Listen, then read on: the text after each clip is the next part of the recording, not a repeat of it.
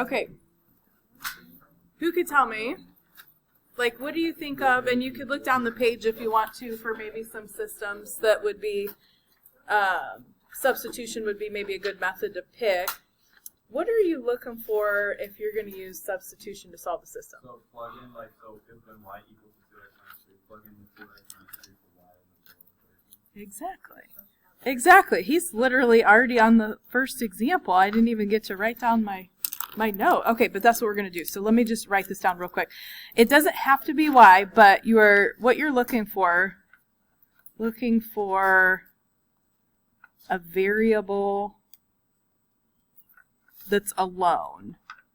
Or maybe it would be easy to get alone. So like in this first system, Braylon was saying, like, okay, we have y by itself, so 2x minus 3. Perfect. So that y is by itself. So you're looking for a variable that's alone or maybe easy to get alone.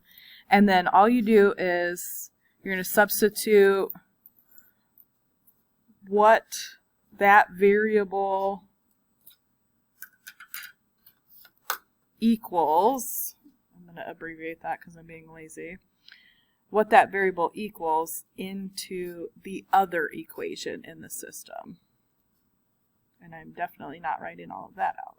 All right, so you're looking for a variable that's alone, or maybe just a variable that would be easy to get alone, and then take what that variable equals. It doesn't have to be y, it could be x, it could be a, b, c, it doesn't matter. You're just looking for one of the variables by itself, plug it in for that variable in the other equation. Okay, so we already are set up for this, so let's just go through and do it real quick. So I'm taking from, if you have two equations with two variables, if you have two variables, you have to have two equations to be able to solve it. If you have three variables, you'd have to have three equations to be able to solve it. So we can solve this. What we're going to do is we're going to take this from two equations with two variables down to one equation with one variable through substitution. So I'm going to do that 5x. Now, it's just plus y. You absolutely do not need to put parentheses. I'm just going to show you I'm plugging in this entire expression for y. And if y had had a number in front of it in the second equation, like if I'd had 2y or something like that, you might have to do a little distributive property. Since it was just y by itself, this would be, I mean, you don't even have to think about it this way, but it would be like distributing a 1 to those terms. So really what you could just do is not even write the parentheses in the first place or just drop the parentheses, whatever your preference is. I'm just trying to show you I'm replacing y with that entire expression. And then we're just going to solve this like a normal equation. So what would I do maybe as my next step? If I've got negative 5x plus 2x minus 3 equals 6, what would you do? Casey, what do you think?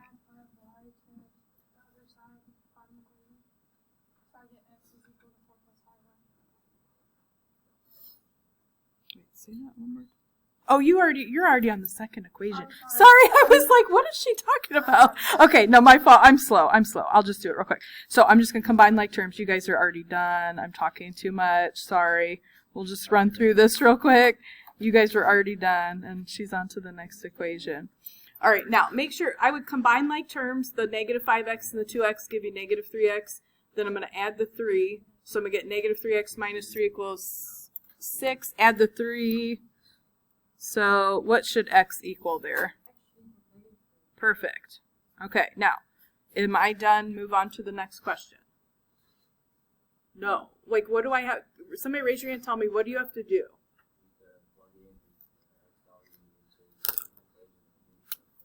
Yes. Plug it in like a Glade air freshener. So, we're going to plug that back in, right? And you can actually plug it into either equation for x, but exactly what Jacob said, this would be easier because it's already solved for y right there. So all we're going to do, just y equals 2 times negative 3 minus 3, and then you just simplify that. You feel free to use your calculator to do that by hand. This would be negative 6 minus 3, so y is going to be negative 9. Now, for me, if we're doing like a test or quiz or homework assignment that's on paper, bless you, if you just want to identify like here's x, here's y, perfect for me. If you are on Math Excel, it might be a little bit more picky. Does anybody know how to write that answer in the format kind of like what we were doing? Yes. Like how would you write the x value and the y value? not interval notation, but it kind of looks like interval. You just write it like a coordinate, right? Like x comma y.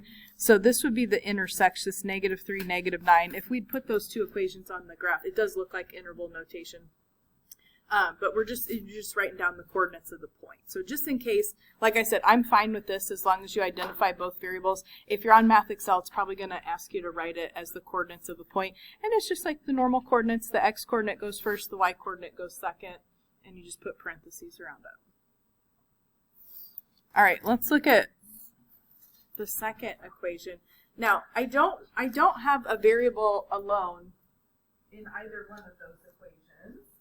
But would it be easy to get a variable alone in one or both of those equations if I wanted to use substitution here? Like if I'm looking at that second problem, just raise your hand and tell me, like, what might you do? And find what? See how the x is pretty much, there's nothing in front of the x or anything. This would just take you one step to get x by itself. Let's just add the 5y. Now, I just usually write it right after the equal sign. It's totally up to you how you want to do it. You could do 4 plus 5y or 5y plus 4. It's exactly the same thing. But once you have that, then we're just going to repeat the process we just did. We're just going to substitute what x equals and make sure, don't put it in for the wrong variable. Okay, I've done that many times. So you're going to plug this in place of x. So that first equation, we plugged in something for y. This one, it was easier to get x alone, so we're going to plug in something for x. So that first equation is -6 equals 3. Now, here, this is really important. If it has a couple terms, like I do here, I have a 5y plus 4, and you have something in front of the variable you're substituting in for, make sure you don't forget to put parentheses, because you have to multiply all these terms by 3. And then don't forget the rest of the equation. I do that sometimes too. So the rest of the equation was -6y. So we had two equations with two different variables, x and y. By using substitution, I'm creating one equation that only has one variable, and then we can actually solve it. So just got to do a little distributive property here. Bless you. 3 times 5y is 15y. 3 times 4 should be 12 minus 6y. And I'm just going to combine my y's. Right? I've got 15 minus 6, both of those on that right side. So I'm going to have positive 9y. Bless you. There's tissues back there if you need one. I'm going to do, let's move the 12. So I'm going to subtract 12. So we get -18 is equal to 9y. So what's y going to be equal to? What do you think? -2. Okay. There we go. Now, in this case, we manipulated one of those equations, right, to kind of get x by itself. You can plug that back into either one of the equations in the original system, or you can actually also plug it into the one we created, which is maybe what I would recommend because it's less work. So if I plug in what y equals back there, x is 5 times y, which we now know is -2 plus 4. So I'm going to get -10 plus 4. So then x will be -6. All right, and then if you want to write it as the coordinates of the intersection point of those two lines, the x would go first, even though we solved for y first. So -6 and then -2. That would be the intersection point. But like I said, if we're doing a test or quiz, as long as you write down like x equals whatever and y equals whatever and you define both variables, I'm good with that. I think the Math Excel is going to ask you to put it like the coordinates of a point, which is showing the intersection. All right. Now everyone is looking at this example and going, yes, I can't wait to work with fractions here today. I put this on here on purpose because I think we need a little bit more practice with this. So I've got y equals 4/5 x plus 3/5 and y equals 5/8 x plus 2. How would you set this one up to use substitution? Liam, what do you think? For sure. They're both equal to y, right? They're both equal to y, so they both have to be equal to each other. So I either sub this one down here or sub the other one up at the top. Either way, they're both equal to y, so you're just going to set those two expressions equal to each other. So I'm going to do 4/5 x plus 3/5 equals 5/8 x plus 2. Yuck. Okay. Anybody have a suggestion what they might do here? Hayden, what do you think? Say that. I'm going there. What do you think?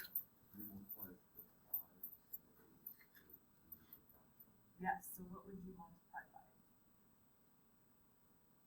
If we wanted to get rid of the fractions, like we got two denominators, right? We got 5 and 8. Can you think of a number that both 5 and 8 go into? 40. Okay. If you can think of that, I promise that'll get rid of all the fractions, but both of the numbers have to go into it. So we're going to clear the 5 and the 8, exactly like Hayden said. Okay, so this is very important. The 40, think about this, a fraction, right? If you multiply the top and the bottom by 40 of those fractions, you're not multiplying by 40, you're multiplying by 1. The 40 would only go in the top. All right, so this first one, you would have 4 times 40 divided by 5. It would have an x with it. Now the 3/5, you'd have 3 times 40. It would not change the denominator in any of these fractions, but this will be either a nice number or it will simplify to be a nice coefficient. Then you'd have 5 times 40. We're going to divide that by 8. And then don't forget, we have a plain number 2. That did not have a fraction, but you still have to multiply that to keep your equation balanced. So that last term would just be 2 times 40. Okay, I'm going to grab my calculator real quick. These will all be nice numbers. Let me slide this to the side.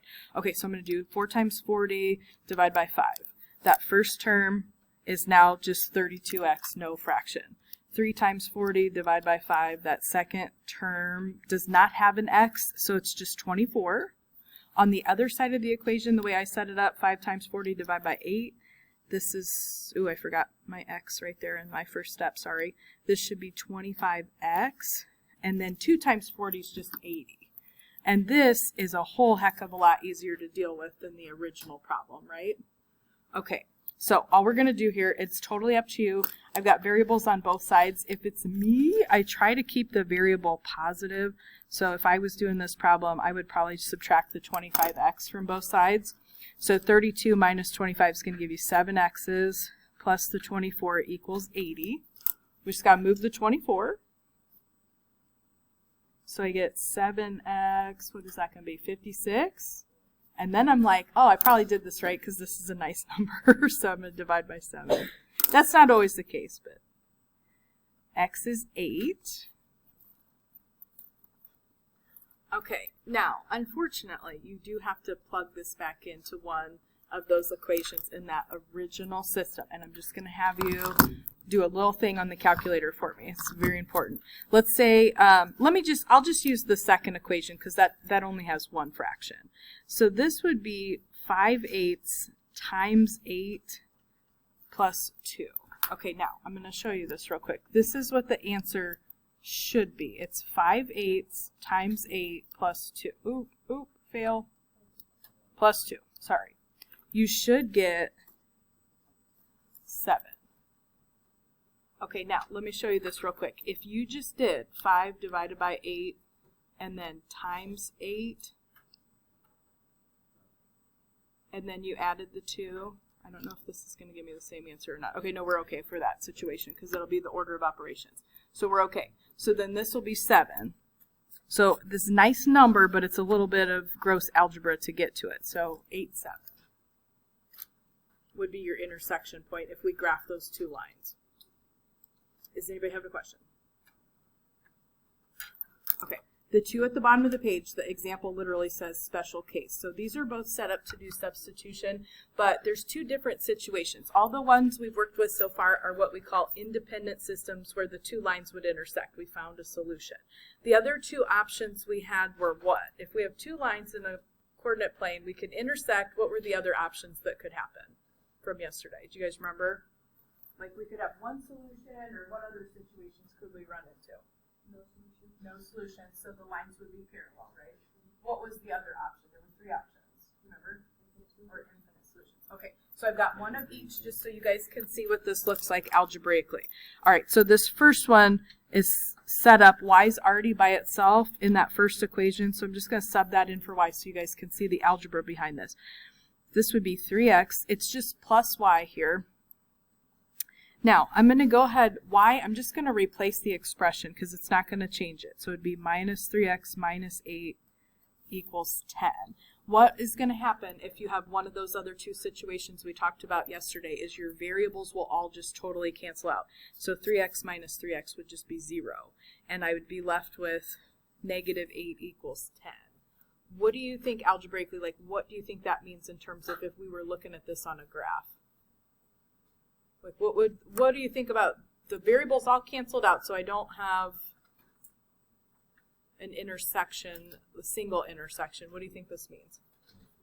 No solution. Okay, so if you get something, right, negative 8 is not equal to 10, right? So if you get it's not true, what this means is you have no solution.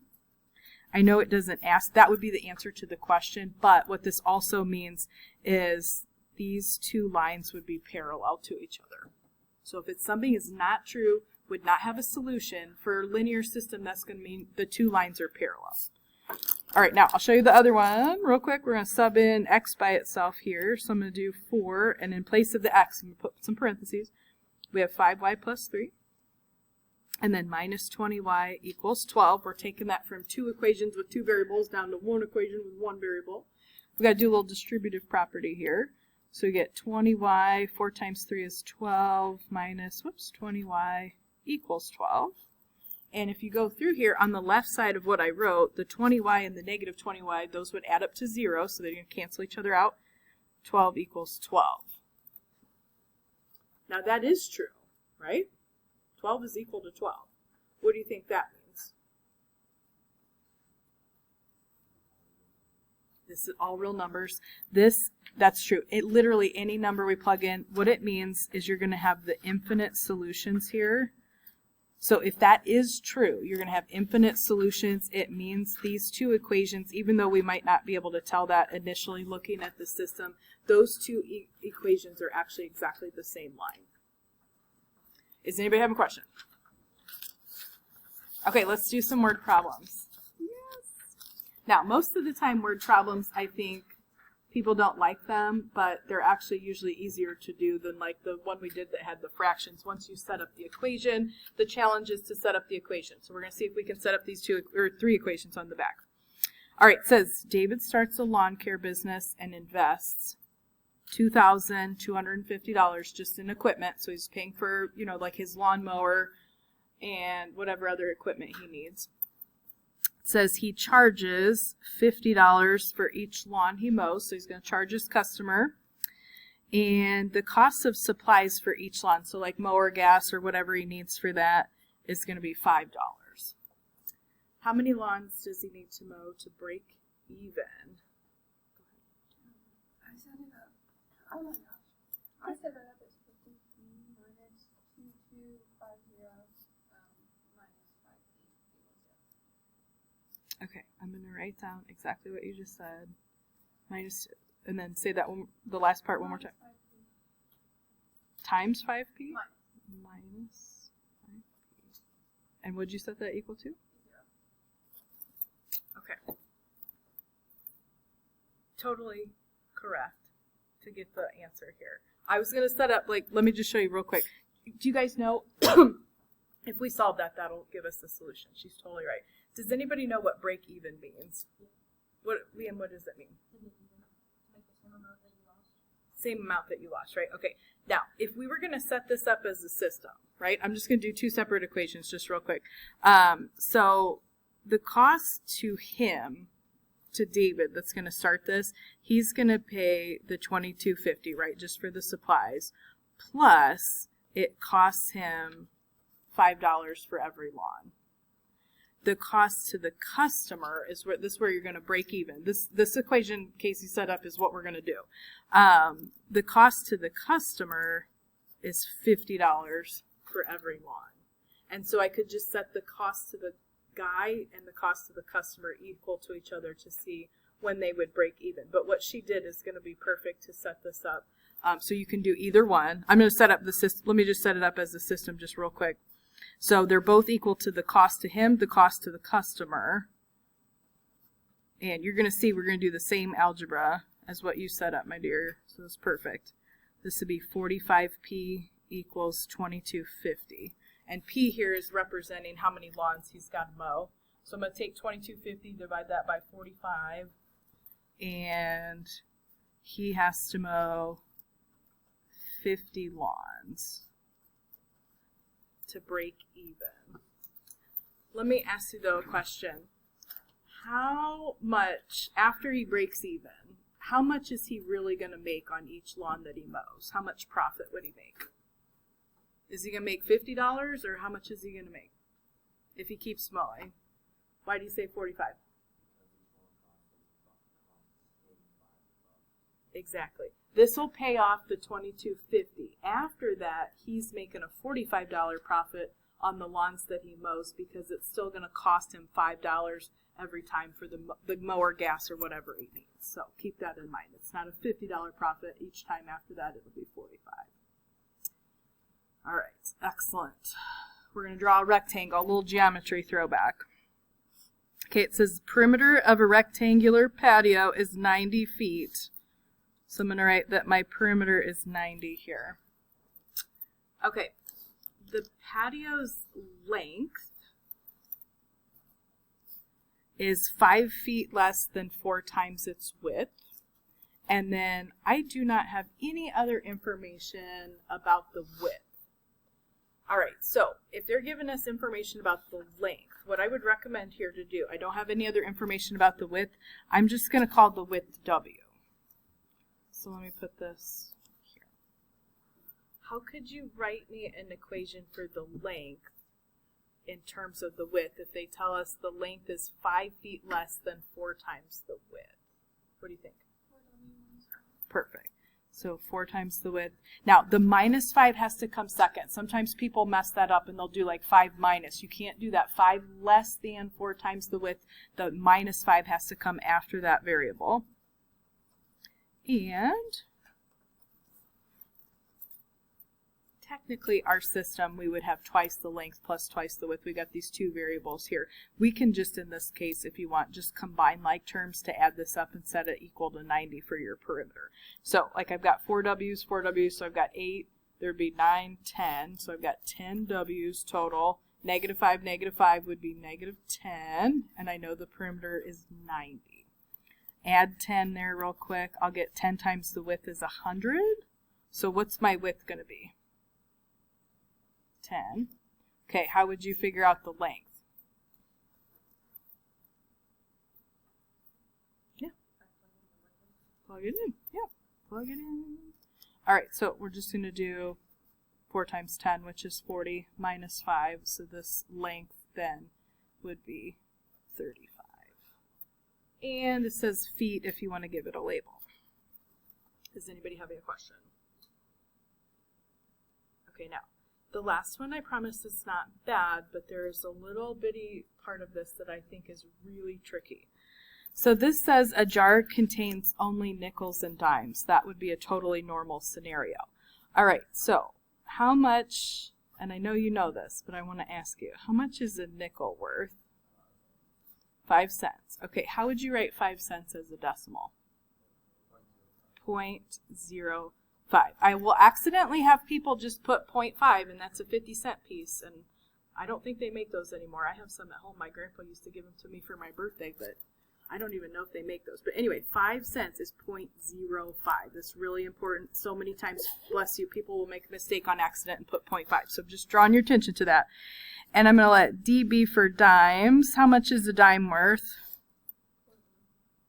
Oh, I thought you said 21. 0.1. Yes, 0.1. Or if you want to put the 0, you can put the 0. Dime is 10 cents. I thought you said 21. I was like, what? All right. Now, there are 3 times as many dimes as nickels in the jar. And if the amount of money in the jar is $9.80, how much of each do we have? Okay, so money goes with money. So here's the first thing I'm going to jot down. So 5 cents for every nickel plus 10 cents for every dime. Money goes with money is going to be the amount of money in the jar. So that's one equation. I've got 2 variables here, nickels and dimes, so I need 2 equations. Now, this is the part that I think is super, super tricky. All right, it says there are 3 times as many dimes as nickels in the jar. Okay, so I'm just going to make something up. 3 times as many dimes as nickels. So let's say I had, I'm just not connected to this question, I'm just making this up. Let's say I had 5 nickels. How many dimes would I have? If I have 3 times as many dimes as nickels. If I have 5 nickels, how many dimes would you have? 15. Okay, now, what did you multiply to get that number? Or like, did you multiply nickels or did you multiply the, I told you I had 5 nickels. Exactly. Okay, now, this is why I'm making a deal about this. Because the 3 times is, whenever you have an as many as, the word dimes is closer to that. This actually gets multiplied by the word that's farther away from it, and that messes people up. So it's 3 times as many dimes as nickels. The setup for that is actually D equals 3n. And people mix that up all the time. So anytime you have an as many as, whatever you're multiplying by is going to be, by the end of the sentence, farther away from it. And I always just make up a little example like I just did to help myself set these up. So I'll be like, okay, if I had 5 nickels, how many dimes would they be? And then I said 5, you said 15. You multiplied what I told you for the nickels, though. That messes people up. Once you have this set up, this is perfect for substitution. We can just sub this guy right in for the dimes in that equation right there. So 0.05n plus 0.10 times 3n equals 980. If you're not into working with the decimal, you could multiply everything by 100 to clear it. I just would work with the decimal. This is 0.05n plus 0.3 or 0.30n equals 980. This would be 0.35n equals 980. Now, if you're solving a problem like this and you get a decimal, you maybe made a mistake because we can't have part of a nickel or part of a dime. So hopefully when I take that 980 and divide it by 35, we'll get a nice number, which we do. So I actually, for this example, have 28 nickels. And then this is super fast to figure out the dimes. You're just going to take that and multiply that by 3. So number of dimes here should be 84. Is anybody having a question? Okay, that is all we're doing.